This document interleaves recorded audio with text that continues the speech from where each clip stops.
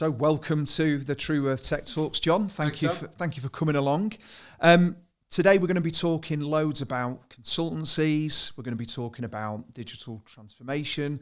We're going to be finding out a bit more about your background and your experience, and hopefully sharing some insights and some things that people can take away from the podcast, implement into their business, not cost them anything, and hopefully make some improvements to what they're doing. But just a quick intro of you, John. We've known each other for, was it 20? Long time. 20 years? Yeah, over 2 decades, I think. So you're an ex-CIO, CTO. You started as the youngest IT development manager that I know at HFS Loans back in the day. We'll talk about that. And you've recently come away from working for a reasonably big consultancy where you've delivered many, many projects. You've worked in finance, you've worked in automotive. And today, thankfully, you're coming along to share some of your wisdom and expertise with our audience, our growing audience. So thank you for coming along. Not a problem. Nice to be here. Thank you. Do you want to then briefly kind of introduce yourself, tell us a little bit about, your background and where you've come from? Yeah, so as you say, I kind of got in to IT, in particular IT management, fairly early on. So I kind of went to, through college and university and what have you, and ended up doing a sandwich course where I got placed into a company called HFS Loans. Things went pretty well there, and I think, due to I guess a fairly natural ability to be able to kind of talk both languages, so we can talk tech, so understand the technology, but also understand and communicate to the business side of things. I think that put me in a pretty unique situation, certainly for the time, I think, and certainly considering my relative lack of experience back then. But it worked out pretty well, and then from there I started there, did most of the jobs on the way kind of through the journey. Do you mind me asking, just remind me, how old were you when you got that job at HFS Loans? I was 20. 20 years old. And you went straight into basically a management position, didn't you? Yes. Yeah, pretty much. Like you say, it was still a very small IT department at the time. So I think on the day I joined, I trebled the me and another lad who joined on the same day. Probably the IT department expanded from 1 to 3. So it was still very much a hands-on role. But as the organisation grew, and it was, I guess, back in the heyday, if you can call it that, of second charge loans. So it was, probably best gloss over that bit, given the environment nowadays. Yeah, well, at the time there was a massive demand for people remortgaging, refinancing, and they just provided an option for it, didn't they, at the time? Yeah, absolutely. And they did it really well. And actually what that did was led to some fairly significant kind of growth. The reason why they then started to look at obviously bringing in people like myself, and then over time the technology function expanded quite quickly, which obviously was where we first started working together. Right. Was because it was how did it go from being a fairly small enterprise through the growing pains. There was loads and loads of business out there. They were good at what they did. And it was about how do you actually start to cater, how do you start to take advantage of the opportunities that are being presented by the marketplace. And actually, they made the right call. So, part of our strategy to do that, part of our strategy to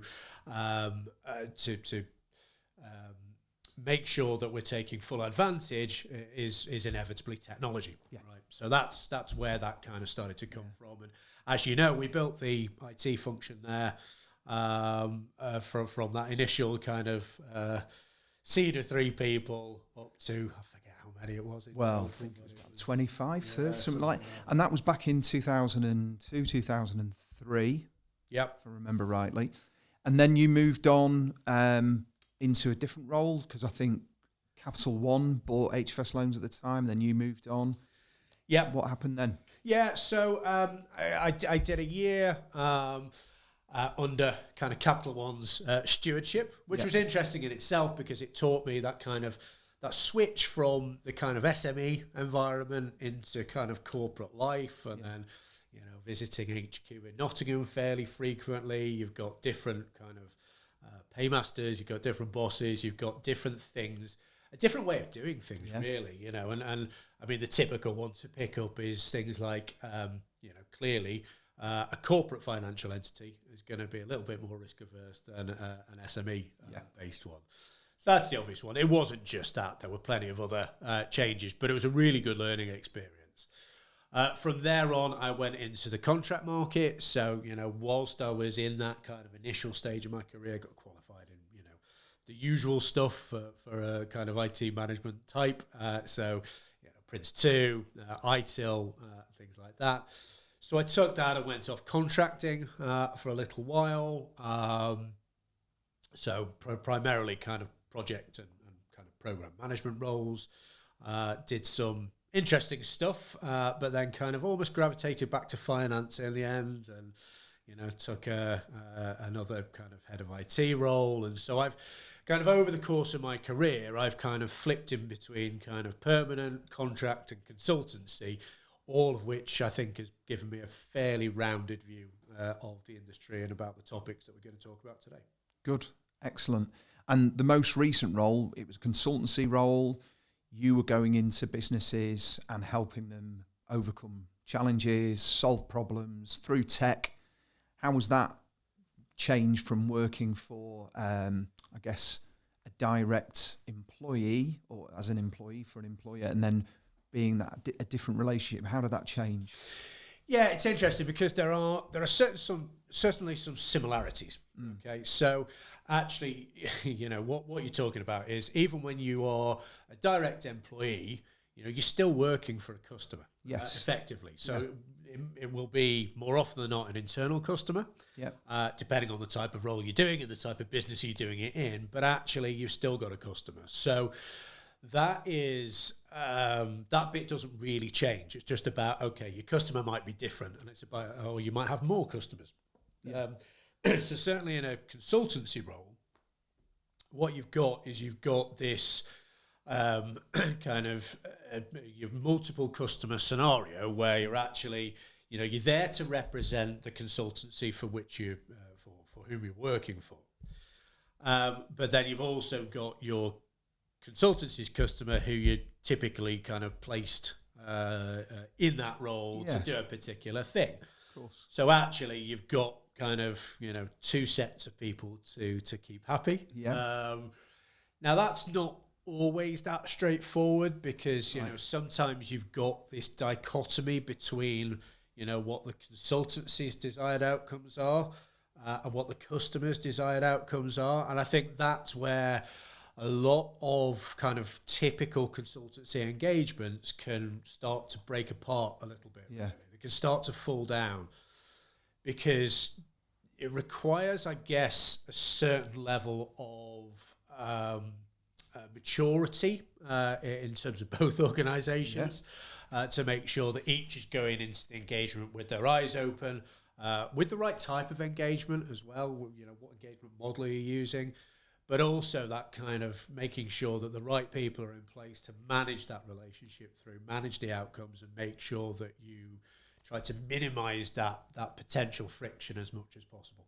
Yeah, it makes sense. And we'll definitely go into that in a bit more detail, won't we? Because we want to talk about how do consultancies work?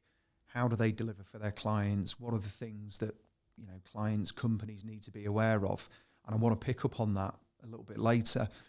When we talk about, IT projects, I think for many, many years, it was either a software development project or a, finance project. It was always badged under a division within the business. Nowadays, there's this all-encompassing banner called digital transformation. And so we want to talk about that in a bit more detail. For people that kind of aren't familiar with what digital transformation is, do you want to just sort of try and explain, It's these days we come out with all this jargon, but do you want to just try and simplify that for us? Yeah, absolutely. I mean, digital transformation can almost be put in a box with cloud and AI, can't it? In terms of the breadth of definitions that you have for those kind of all-encompassing terms that are really quite short phrases, but can mean a lot of different things to a lot of different people. The way I define digital transformation is, and just to keep it really, really simple, basically, it's changes to your business processes or the way that you do business or your business products, something to do with that leverages technology, okay? That's as simple as it is, really, for me. So, and as you say, that nowadays can encompass a lot of different things. That can be, as you say, this idea of, IT or the development team going away into a darkened room and everyone facing the corner with headphones on and kind of coming out with this product at the end of it and going, ta-da, take that into production, please. Those days are gone, and rightfully so. People have cottoned on to the fact that that's not the best way of ensuring the outcome that you want as an organisation. What it has led to is that, this kind of overarching phrase of digital transformation doesn't necessarily give you too much of a clue as to what exactly that means from organisation to organisation.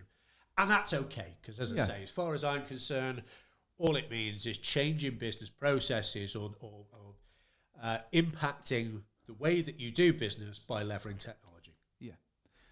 So why is that so critical to businesses now then? When they're implementing digital transformation, what do they need to be thinking about? So, I mean, I would go back to kind of three main pillars, okay, of what a business, or why should a business do digital transformation in the first place, okay? And again, you can get into real kind of, levels of detail here, but again, I like to approach these things from a really simple perspective to start things off. Those three pillars that I refer to are growth. Yeah. So, how can you leverage technology to either introduce new products, make better use of the data that you have, or spot new opportunities? How do you start to drive revenue effectively for your business? You've got a compliance aspect as well. So, is it managing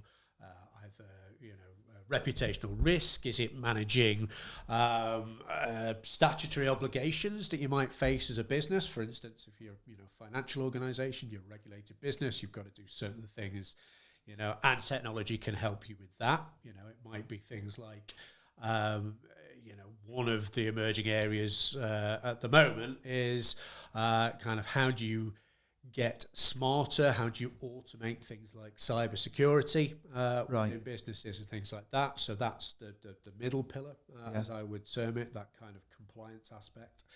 And then you've got efficiency, which is actually, quite often there's quite a bit of low-hanging fruit there for organizations. So it's about how can technology make you more efficient? How can you use technologies such as automation and various other different things? It doesn't need to be, by the way, none of this needs to be brand new kind of bleeding edge tech. There's plenty of stuff that we find day in, day out that actually, if we just look at what technology is there, we can start to iterate that and actually start to drive some of these outcomes that a business will want. But on the efficiency side, you've got, how do I lower my cost to serve, for instance? How do I make my employees, more efficient? Or how do I push my employees up the value chain? So, instead of people doing, the lower value stuff, swivel chair activities, or taking something from this spreadsheet, putting it into that spreadsheet. Yeah. Can we automate that and let them get on with something that's not just more efficient for the organisation, it's also more interesting for the individual concerned as well? Absolutely. I was talking to a guy the other day, a data consultant, and he specialises in marketing. And he was telling me that one of the clients they went into, they were kind of saying, well, we're spending all of this money on all these different platforms. We're not sure whether we're getting the most from them. And this was the C-suite telling them this. And when he actually looked into what they were using, there was like 10 different products that they were using that all crossed over and did almost the same thing. And the amount of money that they were spending was ridiculous. And he was like, well, get rid of all of these ones, stick with this platform and this product because it does everything for you, but just use the other 85% of it that you're not currently using at the moment. Yeah. And it was as simple as that. Yeah, absolutely. absolutely. I bet you've seen that loads of times. Yeah, absolutely. And what this comes back to for me is the real importance of kind of setting, this kind of strategy. Okay? Yeah. So if you take those 3 pillars again, that kind of growth, compliance, efficiency as the 3 pillars, if you can define it in those terms, you can define, okay, where do we want to be as an organization? Where is it that we want to get to? Yeah. That's really important because, everyone bangs on about strategy and, we've got a digital strategy and we've got this, that and the other. But actually, you've got to be quite critical about it and you've got to say, okay, let's start from there. Okay, let's start from actually, as an organization, where do we want to be? A strategy for me isn't we want to implement SAP in 2 years' time, or we want to implement X or Y, because actually what you're talking about there is solution, not strategy. Okay, if you as an organization are here, and actually you set your strategy up here, and that can be in whatever time frame it is that you want as an organization. All right, then what you've got to work out is how do I get from where we are today to where we want to be, and again over whatever metrics you think are important as an organization. Once you've got that sets your direction of travel. Once you've got that direction of travel set, well, actually, that can act then as a barometer to say, okay, are we doing the right thing? And that might be, are we implementing the right thing from a solution perspective?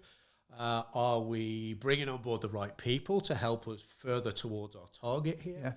Yeah. Many different elements, obviously, as you go through a kind of program of digital transformation. I say this doesn't have to be this grandiose thing. It can be, we want to be here in 3 months' time. Yeah. It depends on how nimble you are as an organization. It depends on what your overall goals are. Yeah. It depends on how far you want to travel, of course. Yeah. But absolutely, what that does is then that provides you with that barometer to be able to test at each stage, are we doing the right thing? Are we talking to the right people? Are we using the right technology? And that path is never a straight line from where you are now to where you want to be. Things will change, and especially if you're talking about a 2 or 3 year strategy. Well, let's face it, if the last 5 years has taught us anything, then, you've got challenges that you can't really foresee on the horizon. But actually, the process of setting that will allow you to, or should allow you to be able to understand when those changes are coming into play and how to react to them better. But yeah, your path might actually go like, this, it won't be a straight line whatsoever. Yeah. But the key thing is, are we still on our intended direction of travel?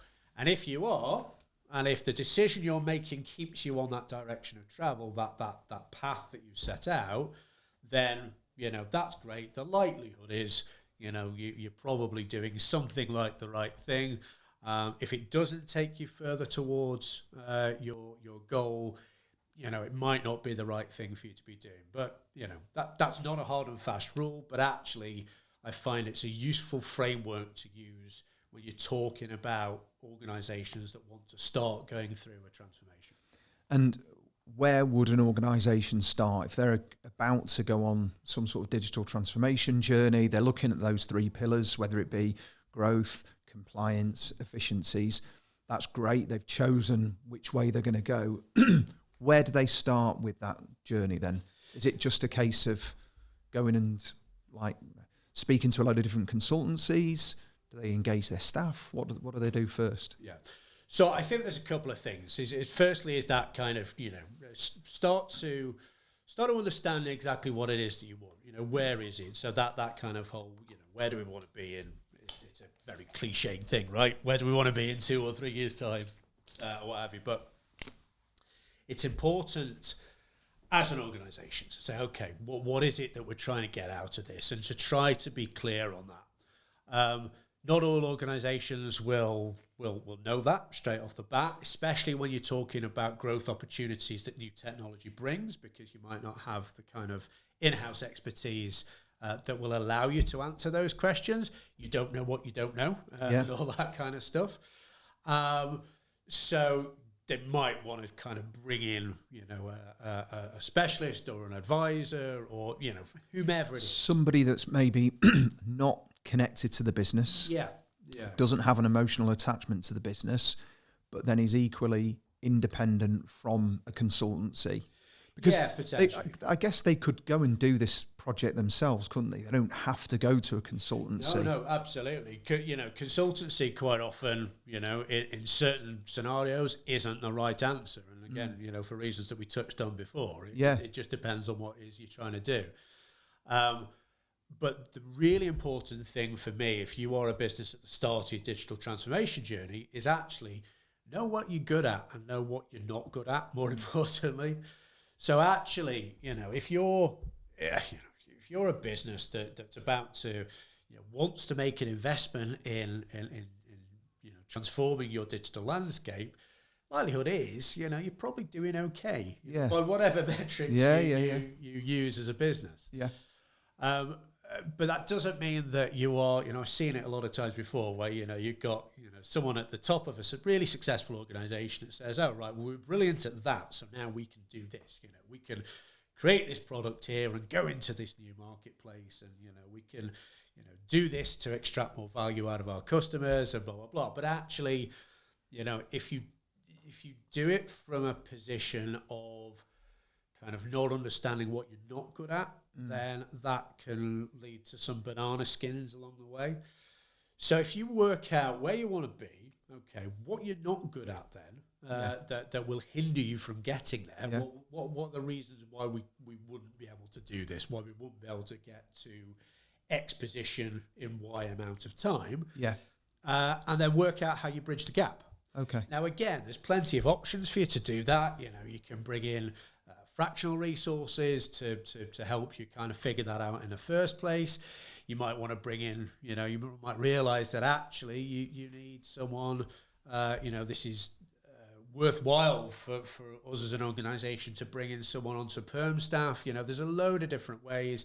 You might want to engage with external consultancies. You might want to bring in a full-time contractor for a little bit. Again, loads of different ways that you can bridge that gap.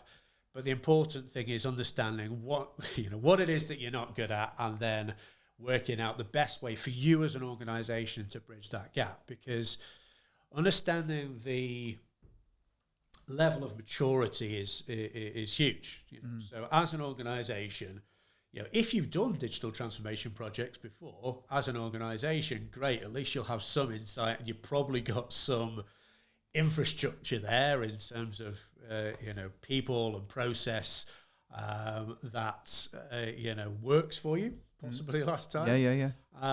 So that's great. Or you might be starting completely from scratch. But either way, it pays to do that initial analysis. Okay, as an organisation, how fit for purpose are we to embark on this transformation? And where we aren't fit for purpose, how do we bridge those gaps? And to your point there, and I think you're sort of touching on different types of businesses, the size of the organisation, the industry, the domain. I guess a really big, bank who's probably been through this process a million times, they're going to be a little bit more ready, engaged. They know what they're doing. They've probably made the mistakes before. But a small to medium-sized business, a growing e-commerce business that's never done this before. They've gone from 10 staff, packing boxes and shipping them out to customers to now doing thousands and thousands of orders a week, and they're growing quite aggressively. They would never have had to do this before. So that's what should a company like that be doing then? What should they be thinking about? Should it be bringing in, an independent? Yeah, I think that's a good step. That's a good step in the first place. I mean, you've got the option of bringing in an independent, which I think is probably going to be I mean, for me, in the example that you gave there, then yeah, I think that's probably the way that I would advise going down. Because the sort of the critique of consultancies, big and small, however their model works, has always been they're going to take your watch and tell you what time it is. How do you build that trust then with that new company that sort of doesn't know really where to start? Yeah, and that's that's where the difficulty lies, right? Yeah. Because actually, when you engage with a consultancy, it's about again, as I say, knowing what you want when you go into that, so that you can make sure that the engagement with that consultancy is crafted to a way that provides positive outcomes for both. Okay, because it's got to be a two-way relationship. Otherwise, if it doesn't work for one party, it tends not to work. Certainly not kind of medium or long term. Yeah, of course. Full stop. So yeah, they've got. I think they're having that kind of independent view on things. You know, it may well be that actually a consultancy will turn around and offer you, okay, well, do you know what? Before we enter into a formal engagement, we'll come in and we'll act independently and we'll talk to you. You know, it may be that you've got some friendly vendors on board that actually you can take advice from. You know, they may be vendors that actually provide a number of different software solutions, so they're not trying to sell you one. You know, there's a number of different ways, but the key thing is work out how you're going to get to the point where you've got your eyes fully opened. Okay, because if you've never done something like this before, then you need to really understand what those potential pitfalls are. You know? Because it's, again, you see it loads of times, right, where you go into a vendor and say, right, I want to do this. I want to implement this particular piece of software.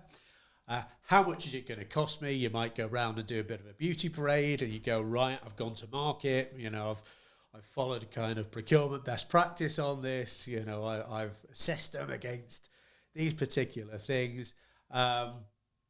And it all sounds great during that initial process. Yeah. But then actually, you know, most organisations will have experienced this in one format or another.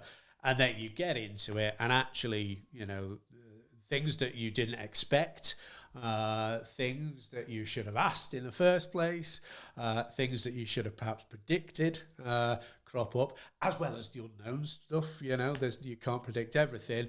And then actually your nice, neat little packaged digital transformation piece, you know, then goes on twice as long as it should and costs you 3 times as much. And I think most organisations have been there in one form or another. And I guess that's just like, I don't know, you know, if you're going to renovate your house or, you know, build an extension, these things happen, don't they? There needs to be a contingency plan. But I guess to mitigate that risk, a lot of people tell me that it's about your people, your processes, etc. It's about engaging with your people. That's a big, what we would call change management, isn't it? Yeah, absolutely. And it's, so that, I'd add a third. So when you're talking about that type of stuff, it's people, process, and technology. Yeah. And actually in that order, you know, and I know we're on a kind of tech talk podcast, but actually, as you say, it goes back to kind of fundamentals of change management, right? So you've got to have the right people on board in the first place. Yep. You've got to make sure that the processes, both in terms of delivering and then, you know, your organisational processes throughout it, are fit for purpose. And then, you know, really, once that's in place, you're making sure that you're choosing the right technology solutions, the right technology fit, and what have you. Now, you know, it's not that hard and fast, of course, you know, and again, things change depending on the circumstances that you're in. But yeah, that's why it's so important, people, process, and technology. So going back to what we were saying about, you know, how do you start this stuff? Well, actually, have a look at your people. Do you have the right people on board that can affect this change for your organisation? If not, how do you start to bring those resources in? And again, loads of different options for that. So we talk about traditional consultancies and how they could be big or small, depending on the size of the project.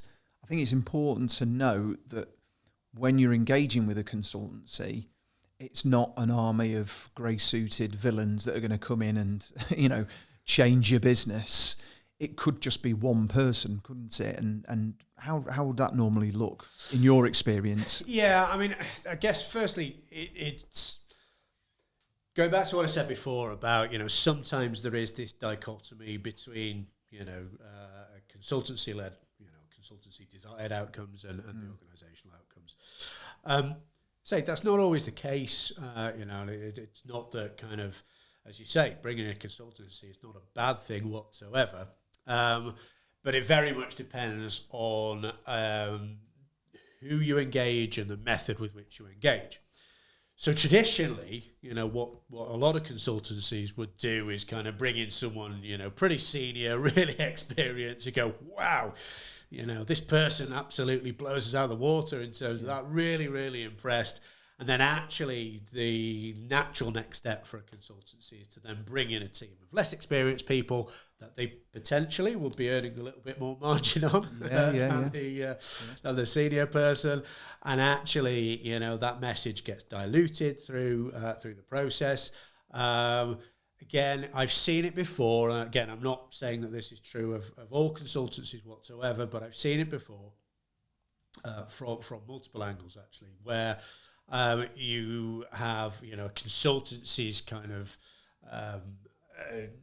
method is to try to make sure that they get into a customer. They make that customer sticky, which, again, nothing ostensibly wrong with that. Every business does that. Every Absolutely. B2B business does that. Yeah, I get it. Absolutely. But then potentially trying to use this, what is called a land and expand method, where you get in and then actually you look to put in more and more and more resources. And actually that's where it might not always chime. Again, I'm not saying consultancies do this nefariously, but I've seen it a lot whereby, there's a slight misalignment between this whole kind of, right, consultancies got people on the bench that they want to place into a customer site because it's important for a consultancy to have as high a utilisation of their resources as possible. But actually, it's not always necessarily the best thing for the customer because it potentially, inflates time or cost, and then the ROI doesn't necessarily stack up as well as it did when it was initially sold in the first place. Got you. And just explains people a bench. What is that when someone comes off a bench in consultancy speak? Yeah, so typically in larger consultancies, what you have is you have effectively what is retained staff. So you have a consultancy employs staff, permanent staff directly from a number of different disciplines, a number of different industries or industry backgrounds. And then they will look to place them in the most appropriate places within their customers. That's all well and good, and that's great, but actually, obviously, the transient nature of projects and programs that consultancies typically work on means that not everyone is utilised all the time. Now, from a consultancy's perspective, they're still paying that person. So if, that person's, especially if they're a senior person, they might be paying them a fair amount of cash. And therefore, if that person isn't utilised as a billable resource, i.e. being placed into a customer organisation, that's actively costing the consultancy money for them to sit, and this is where it's called sitting on the bench. Now, what that sometimes can lead to is a bit of a mismatch in terms of I talked about bridging that gap before and understanding, where those gaps are from a people and a technology and a process perspective. Certainly from a people perspective, it may be, therefore, that actually if you're engaged just with one particular consultancy on a particular project, then it might be that the people that they place, because they're coming off the bench, might not be exactly what you need or might not bridge that gap as well as you might like. Again, very situationally dependent, but nonetheless, I have seen that happen in the past. And actually, again, it kind of, just doesn't quite, it leads to a misalignment of, the valuable outcomes, if you like, that the customer and indeed the consultancy wants to drive. Just it does happen from time to time. So potentially what you're saying there is maybe the expertise, the domain experience that consultant from the bench has might not align perfectly with what the digital transformation project is that company wants to achieve or deliver. Yeah. We think there's a better way, don't we? Which we'll come to.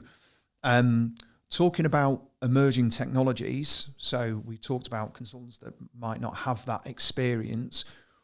There's sort of 4 or 5 key areas. We've talked about the pillars. We've talked about people, process, and technology.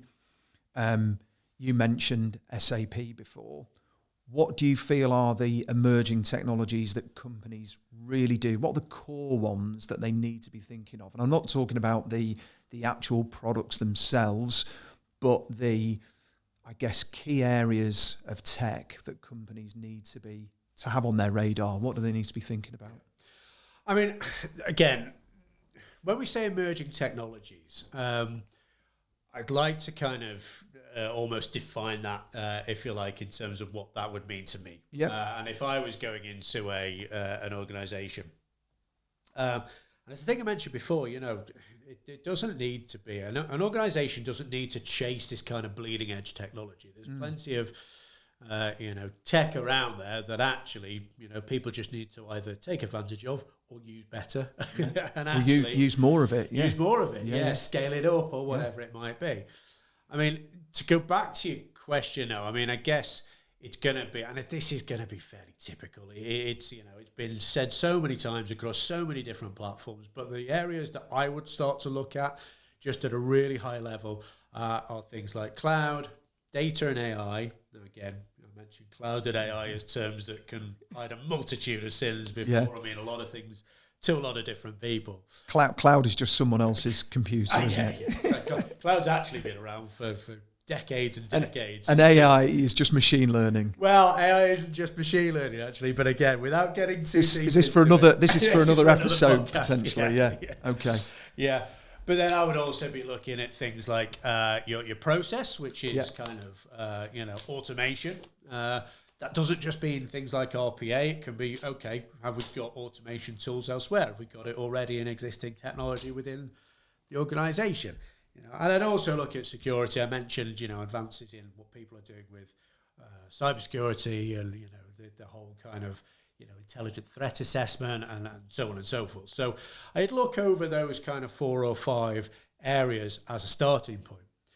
For me, the really exciting thing, and especially if you're not a kind of, organisation with a 7-figure R&D budget each year, the really exciting bit for me is the commoditization of these. Okay. So actually, these types of, there are certainly areas of those types of technology that we just mentioned. Yeah. Are becoming more and more commoditized, i.e. you can start to try things at a very low entry cost, okay, and see whether they're right for your organization. And you can, test, you can implement and then kind of run a bit of a test, learn from that, and then iterate. Okay. Okay. And what that means is you don't always have to be kind of committing to this, big investment, whatever big means for your particular organization. But actually, you've got now, on-demand resources, you've got on-demand,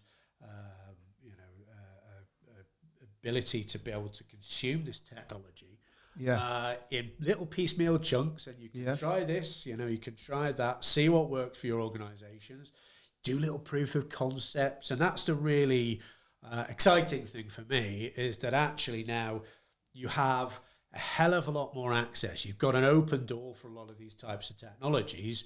You just need to understand what they're about, what's possible with them, what's available to you as an organization. And as I say, if you start to use those kind of, 3 pillars to base it around, okay, what might we want down to this, then actually you can start to come to a conclusion of, how do we start to get there? And I think that by doing that through, let's say, those areas of technology is not a bad place to start. And going on from that then, it feels like There's a lot that companies need to be aware of. They need to have a good long think about what you said before, about where they are right now, where do they want to be, look at those pillars, and then potentially bring in an independent person to give them that subjective point of view. And we believe there is another way, a better way. Yeah, absolutely. So, I mean, the analogy I would use, I guess, is that, you might be an organisation, most organisations will have some kind of a finance function, internally. However, that doesn't mean that where you've got gaps or, you might want to then go out to, accountancy firm. Most organisations will, use an external accountancy firm, be that for end of year audit or be that for, preparing the books for submission or, whatever that might be. And actually, if you take that example of, it's just an organisation using a specialist, it might be a tax specialist, accountancy firm. I like to say it might be, just a kind of general firm that they bring in. But that process of, that concept of, this isn't something that we're brilliant at in-house.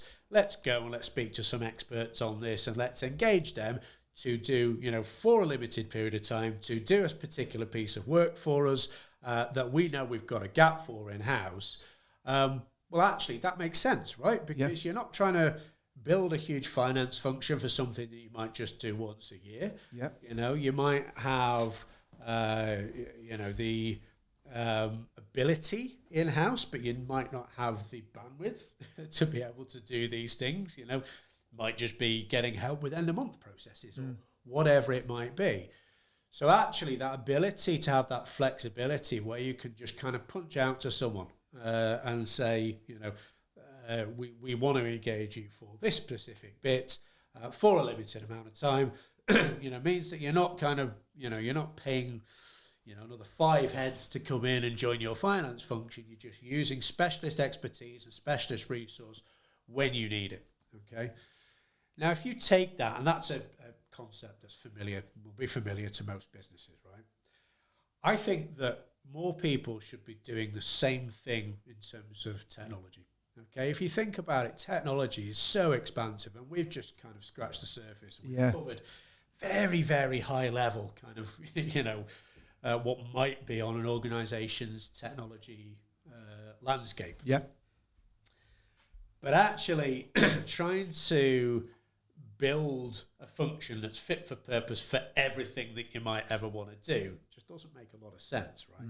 So actually, why not then just go out and engage with specific resources that have the right skill set, with the right industry expertise, with the right general experience, be that through change management or implementing ERP or whatever that project is to you as an organisation. That to me just makes a lot more sense. It means that you're not trying to bring on 3 scrum teams worth of people from one or more consultancies that are working on this large change program for the next 3 years, and you've got to get your board to sign off on a X million pounds investment. It is just kind of dipping in and out. Now, I'm not saying that bringing a large contingent in, be that through consultancy or contract or even permanent, is a bad thing. Far from it. But actually, the first step to doing that is understanding what you need in the first place. And it's about getting the right, as I can say, people, process, and technology. This is about the people. Get the right people on board in the first place. That starts with, okay, let's just go and speak to a specialist about this. Let's have, bring in some expertise for a short period of time. Take a look at what we need. Help us to understand what we're not good at as an organisation. Help us to understand what, solutions there might be out there from a technology point of view, or indeed what other people are doing in your industry. Because that's sometimes a difficult thing to gain. Well, actually, if you can identify getting that right person in to talk to in the first place, it's going to save you a hell of a lot of kind of heartache or cash or time or whatever it might be further down the line, in my opinion. Yeah. And this is where you and I have kind of sort of joined forces in the last few months, isn't it? So for the last, my background, 20 years in recruitment, has been building up this network gradually over the years of subject matter experts, a lot of fractional contracts, people who are now senior level, whether that be CTOs, CIOs, CDOs, CISOs, across security, they're senior level project managers. We've built up this network now, the True Worth Collective, that you now head up basically, where we can go into a business, perform some sort of audit around those 3 pillars, look at those 5 core bits of technology that they might look to implement to make their business better. And instead of going to our bench where somebody who we pay for is not quite aligned with the business, we can go to market and get them best of breed consultants that can come and deliver what they need perfectly. Yeah, absolutely. And it's not just about, so obviously with kind of your time servedness, shall we put it, in the industry, right? You've got, the going to market is obviously, that's not a problem. Obviously, you've got a long and rich history of success in recruitment. The collective, though, is where I think we can really make a difference. So what we have initially is we don't need to go to market. If the way we were talking before and the example that we used about, okay, you're an organization that wants to, just wants to know where to start, right? Yeah. And, you don't know what you don't know and all that kind of stuff. But you're an organization that just needs a little kind of, you need to do something, or you might know you want to do this, but you don't quite know how to get there. Well, actually, that's where the collective really comes into its own, because, we've got this, fairly large and growing collective of, subject matter experts, in kind of best of breed solutions, all, experienced people, time served in various different industries. And actually what we do is we can call on those types of people and, see if we've got a fit for that, for what it is, your type of business, the industry in which you operate, the type of thing you want to do, whether that, whichever pillar you might want to focus on, or it might be all of them, for that kind of initial general review. So what we have in a collective is, we believe that it's a pretty unique thing in terms of what we can offer, whereby actually you want someone to just come in for a day or a couple of days or a week just to kind of help you do that initial assessment. We can do that, and that's without any kind of, we'll have to, bring someone in for 4 weeks to do an assessment plus 3 other heads that are specialists in this. The whole point about the collective is that we can leverage it to drop in the right resources at the right time for the right length of time for whatever stage of that process that you're at. And this started at the start of lockdown. All of a sudden, the whole world stopped, but recruitment companies kind of panicked and kind of went, oh, what do we do now? And the business I was working at the time, it was just a case of, let's just go and engage with some senior level people and see how they feel and what's going on. And I think all of those conversations led to where sort of I am now, 2 years ago, 2 and a bit years ago now, setting up True Worth. It's consultancy at its heart. So I always felt that this was something that we could do. So when I started the business, I started engaging with those people right from day one. And I kind of said to them, look, times have changed. Lockdown has meant that people can work anywhere. They can be fractional properly now. And it just feels like the right time to be able to take that new business model to the market and say, look, do you know what? You can go and do it this way. There is another way. And it's a way that will be more flexible, that will probably cost you less, and will give you best of breed. Yeah. And it just feels kind of perfect, really, for me. Yeah, absolutely. And I've got to, you compare that with, I think when as well as working for the consultancy side, I've also, employed consultancies, on the other side of things when I've been working as an internal resource, as an employee. And I know the first time that I went to engage with a nearshore consultancy, it was, we chose Poland as the destination, and this is going back quite a few years now. We chose Poland as the destination. We went around all of these different, consultancies that we might want to engage with just to get a feel for them and what have you. And again, we're doing the right thing and doing our homework on it.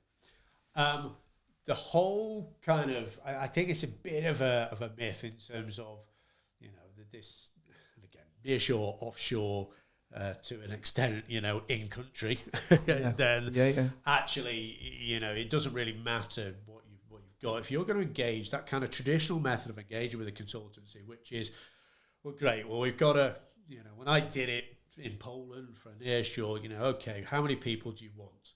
Right, well, we'll take a month to onboard them. They'll then get, take another month to get up to speed with your platforms, with what you want.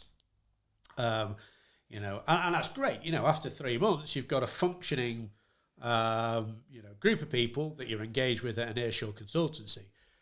But it is by no means the cheapest way of doing stuff. Actually, more often than not, you're better off bringing in, permanent staff if you're going to make that like-for-like comparison. But what I learned going through that process was, well, actually, what if I wish there was a way to properly be able to turn on and off on the tap, okay? To turn the tap on and off as you needed, okay? So what I mean by that is, well, actually, if you wanted to bring in, say you've got a small team of developers that are working for you at whatever type of consultancy it is, that's great. But say you want some architectural resource. Say you need an architect for, I don't know, just to advise on something or what have you, then actually that would be an extended process by going to select someone, identifying someone who can come in with the relevant skills and experience, getting them up to speed with your platform products, so on and so forth, talking to developers, and then, that process takes quite a bit of time. So I just think that the way that we're positioning True Worth is a much better way of being able to kind of execute on right resource, right place, right time. And right time being, well, actually, you don't have to kind of grow out your team into this, 10 different people or 20 different people with different specialisms or things like that. It's who do you need, when, how long for, let's get the right person in there that can actually get up to speed straight away, that actually will can kind of come in, do what it is that you need them to do, and then drop back out. And as you say, what we've been through over the last few years, actually, and this kind of shift to kind of true remote working and things like that allows you to be properly fractional. And there's not only is, I think, there a increased demand for it now, but also there's a lot more people that want to do it as well. And this kind of helps the individuals, certainly the individuals that are in our collective. There's they're all in different personal scenarios or situations, but actually I think an overriding factor is making sure after coming out of COVID, what is it that kind of keeps you happy, and what is it that we want to, do you want to make that home life balance a little better? Do you want to do, what are your personal drivers? I think there are a lot more people out there that actually want to provide their services fractionally rather than kind of going into a 5-day-a-week 9-to-5 contract. Absolutely, and also the other thing as well is being part of a community. It's quite a lonely world being a fractional consultant at any level. And we are contractors, freelancers. They are kind of nomads, effectively, go into businesses. And the amount of times I speak to contractors who say, I love my job, I love what I do, but it's sometimes a bit of a lonely world, and I've got no one to connect with. And what we've found with the collective is that we've brought people together into a community.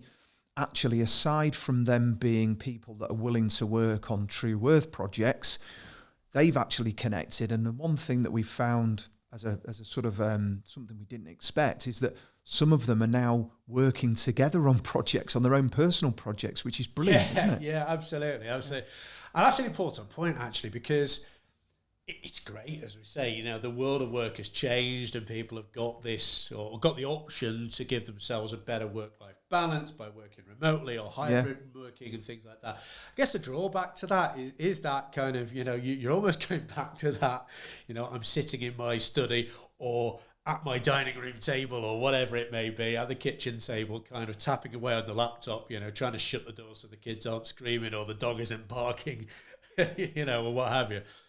Well, actually, that's what you lose, is that kind of sense of the community, that you know, that whole feel that we're getting through the collective, as you just said. So actually, it's kind of the best of both worlds, I think. It's, you know, giving that sense of community, giving that sense of kind of shared understanding and kind of shared cause in a lot of ways, but also giving you that flexibility to not have to traipse into the centre of Manchester or centre of London every day just to sit at a different desk. Yeah, and for you, that's, you know, what you're saying there is kind of triggering me to say, well, that's your situation. Yeah. You've got 2 kids, boy and a girl, 8 and 12. You've got your motorsport.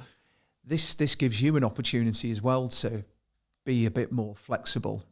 Absolutely. And for me, talking personally, I enjoy actually, you know, having different challenges. You know, I can't abide doing the same thing day in, day out. You know? And I think, again, it's kind of brought it into more focus for everybody, I think, or certainly most people that I talk to on a regular basis, is that actually, you know, what you have is you've got that kind of realization that there's more to life than just kind of going in and putting, you know, 12 hour days in, you know, every day in the office, driving through the traffic for an hour home, you know, all that kind of stuff. There's a smarter way to work.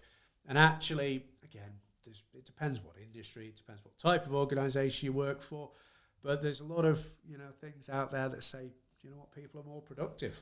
You know, when they don't have the commute, when they're able to take the kids to school in the morning or to, you know, nip to the gym at lunchtime, you know, things like that. You know, there's a lot to be said.